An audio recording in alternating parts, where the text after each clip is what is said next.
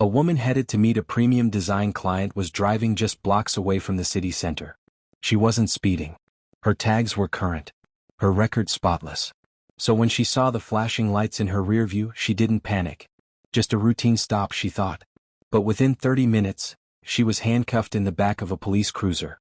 Her voice was calm, but her eyes gave her away. She was stunned. In the trunk of her SUV, officers had found a bag, jet black, no label, brand new. Inside it, 3 bricks, tightly sealed. No scent. No identifying marks. The packaging was professional, industrial grade. And the woman behind the wheel? Tiana Monroe, 38. Married just 2 months earlier. A clean history. No legal trouble. She insisted, "That isn't mine. I've never seen that before." But the car was registered in her name. The keys were in her hand. And the contents of that bag would upend everything. What should have been a normal Wednesday became the starting point of something much bigger and far more calculated. Because this wasn't a fluke. This wasn't a mistake. It was a setup. And tragically, Tiana Monroe wasn't the first woman to fall into it. Don't forget to subscribe for daily updates on the latest true crime stories. Before her name ever made headlines, Tiana Monroe lived a quiet, carefully built life. She was raised in Richmond, Virginia, in a small, single-story brick house off a shaded residential street, the kind of neighborhood where front yards are still edged with hedges and the mailman knows everyone by name. Tiana was an only child. Her father passed away from respiratory complications when she was just 19. Her mother followed 6 years later, a brief, painful battle with ovarian cancer. By the time Tiana turned 25, she had no parents, no siblings, and no immediate family. What she did have was that house, the one she grew up in, and a modest savings account her mother had quietly built over decades. Nothing extravagant. No windfall. But enough to take a breath and figure out her next step. She didn't waste time. Tiana put herself through design school. She worked nights at a front desk, saved during the day, and eventually launched her own design studio, a one-woman operation at first. What started as paint consultations and budget-friendly furniture flips slowly transformed into full-scale renovations. Her clients? Loyal. Her aesthetic? Clean lines, natural light, and emotional function over flashy trends. She didn't design for attention. She designed for calm. And that's what made her stand out. By her early 30s, her firm had expanded beyond Richmond, first to Philadelphia, then into a small shared studio space in D.C. She didn't brag about her growth. She didn't post her wins. But those who worked with her knew, Tiana wasn't just talented. She was precise. She made spaces feel like safety. She ran her business with quiet strength, emotional intelligence, and a deep respect for the people she served. But success didn't make her louder. Tiana stayed reserved, dignified, private. Her social circle was tight, a handful of old classmates, a few clients who became friends, a mentor from her early studio days. She didn't seek out big gatherings. She preferred structure, routine, quiet. When it came to love, she had stepped away from it completely. Her last relationship ended 4 years earlier, quietly without public fallout. She never talked much about it. Only once did she say to a colleague, "It taught me that some people love you for what you give, not who you are." And that was Tiana Monroe. Not flashy. Not reckless. Just a woman who worked hard, stayed in her lane, and tried to build something solid out of the losses life handed her. She didn't trust easily. But when she did, she gave everything. And that's what made what happened next so devastating. It was a Saturday brunch in downtown Philadelphia. A networking mixer hosted at a boutique hotel. Tiana had RSVP'd weeks before, but when the day came, she nearly skipped it. She didn't care much for small talk. Didn't see the point in open mic elevator pitches and business card swaps. But something told her to go. Maybe to show face. Maybe just to get out of the house. She arrived late. Sat at a table in the back. Quiet.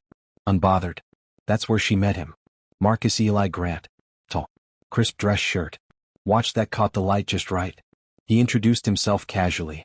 Said he worked in logistics and import management, mostly along the East Coast. Moving product from port to port, he told her. It's not glamorous, but it's solid. He didn't dominate the table. Didn't brag. Just asked questions. Listen well. He didn't hand her a card. He didn't offer a website. And when she asked about his online presence, he simply said, "I deleted it all years ago after a break-in. I don't trust how easy it is for strangers to know your every move." It sounded paranoid, but also practical. She didn't press him on it. Tiana knew what it was like to keep your life guarded. She had things she didn't talk about either. Marcus didn't push. He just seemed grounded. And for the first time in years, Tiana found herself intrigued. Over the next few weeks they kept in touch. Phone calls, text check-ins. A few coffee meetups that turned into dinners. By late March they were spending weekends together. Tiana wasn't the type to fall fast. But Marcus didn't rush anything.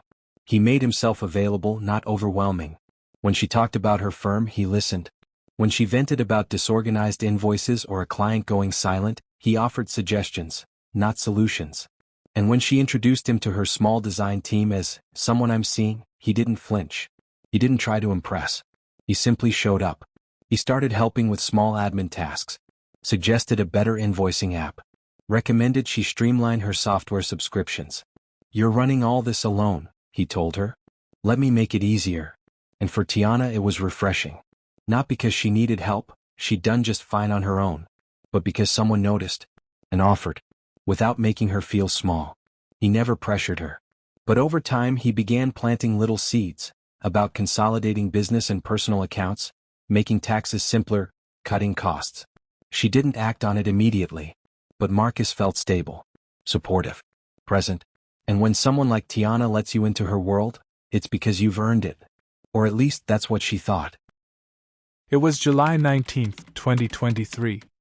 A typical Wednesday morning, Tiana Monroe left her apartment in South Philly just before 8 a.m., headed for a client consult in Center City, one of her most high-end projects to date. She had reviewed the floor plan the night before, laid out her blazer, and packed sample boards in the back seat of her SUV. Her routine was tight, predictable, comfortable. As she made her way down Spruce Street, a police cruiser eased in behind her at a red light. No sirens, no rush. Just a presence. After 2 blocks, the cruiser flipped on its lights. Tiana pulled over without hesitation. Calm, no nerves. She had nothing to hide. The officer approached, asked for her license, registration, proof of insurance. She provided everything without issue. Then came a strange pause. The officer asked her to step out of the vehicle, didn't say why. She complied, confused but cooperative. Then the K-9 unit arrived. She asked if there was a problem. No clear answer. The dog circled her car, stopped at the rear, gave a signal. The trunk was opened. Inside, a black duffel bag. No tags, no scuffs, no signs of wear. When they unzipped it, they found 3 vacuum-sealed bricks, tightly packed, industrial, odorless, no markings, no fingerprints. She said one sentence over and over. "That's not mine. I don't know what that is. I've never seen that before." It didn't matter. She was placed in handcuffs. Read her rights. Placed in the back of the cruiser, her blazer still folded neatly on the front seat. At the station, Tiana asked to make a call. She dialed Marcus. No answer. 10 minutes later, he called back. She picked up, frantic. "They found something in my car. I don't know what it is. Please, Marcus, I need you here." His voice came through calm. "I'm on my way. Don't say anything else. I know someone who can help." She believed him. She told the officer her husband was contacting a lawyer, and when they asked if she had access to emergency funds for a retainer, she said yes, and gave him access. "I'm on my way.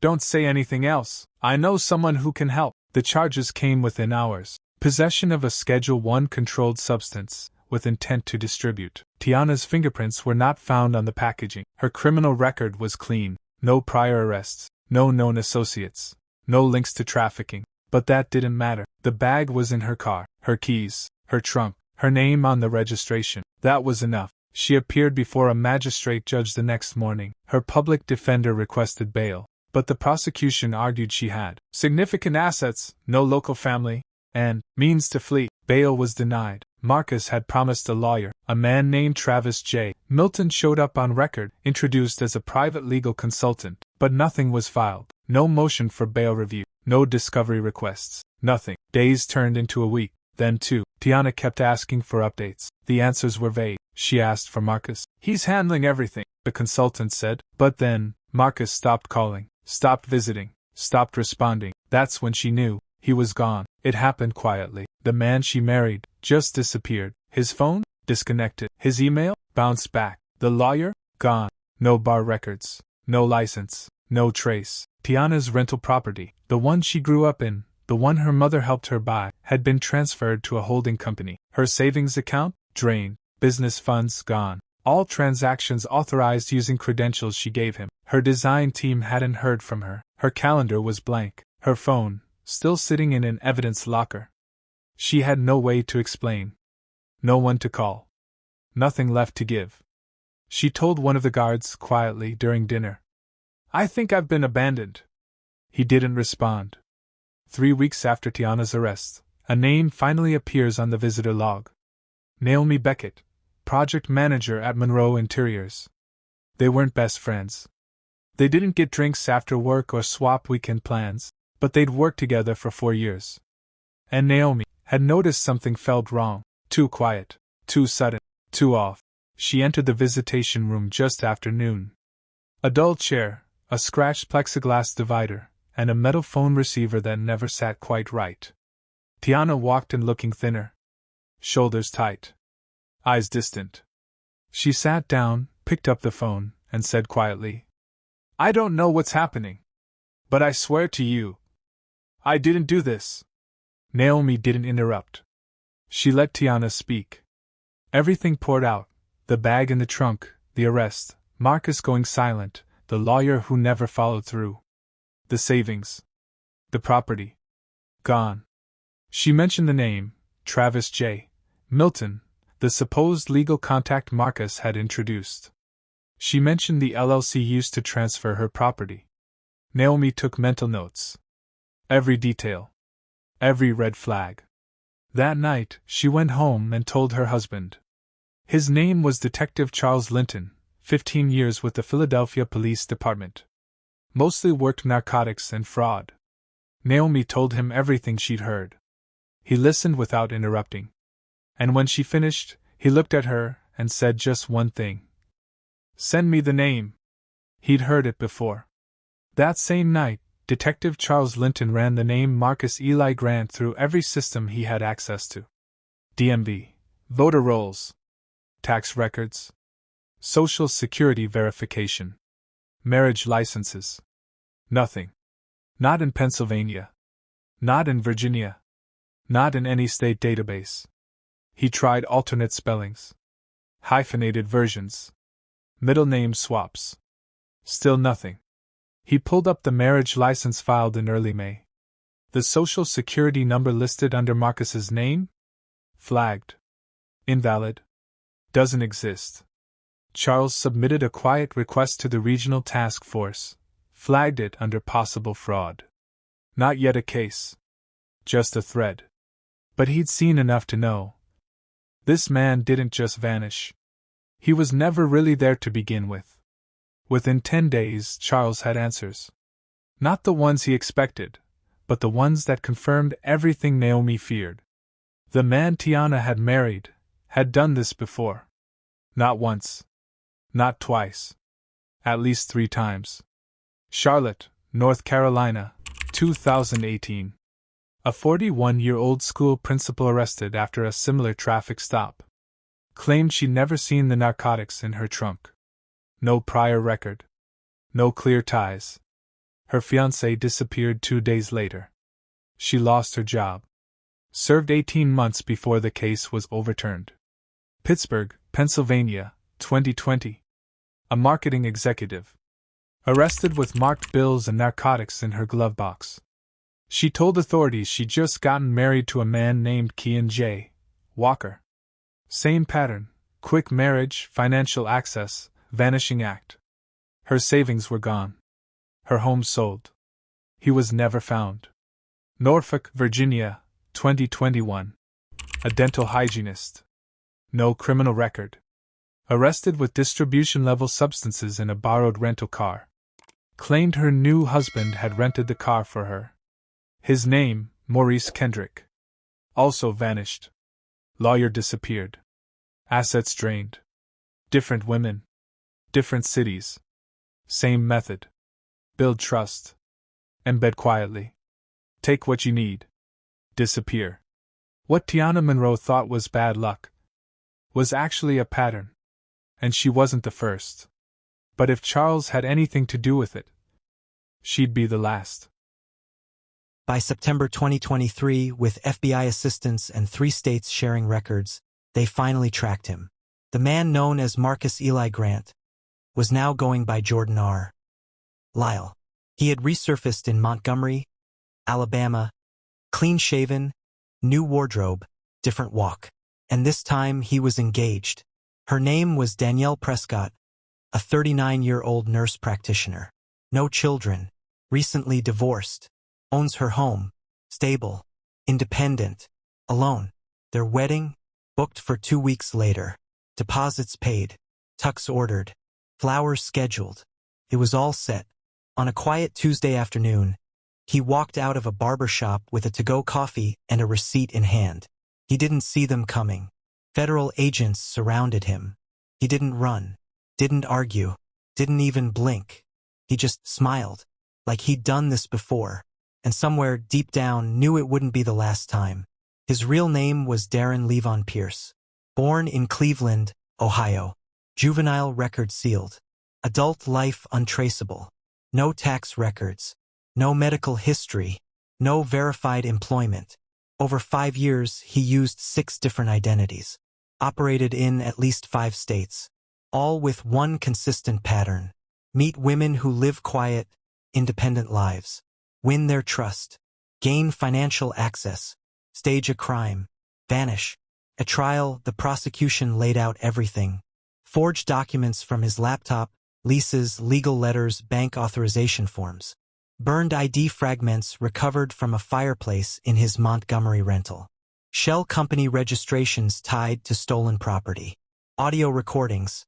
2 previous victims wore wires during controlled follow-up meetings.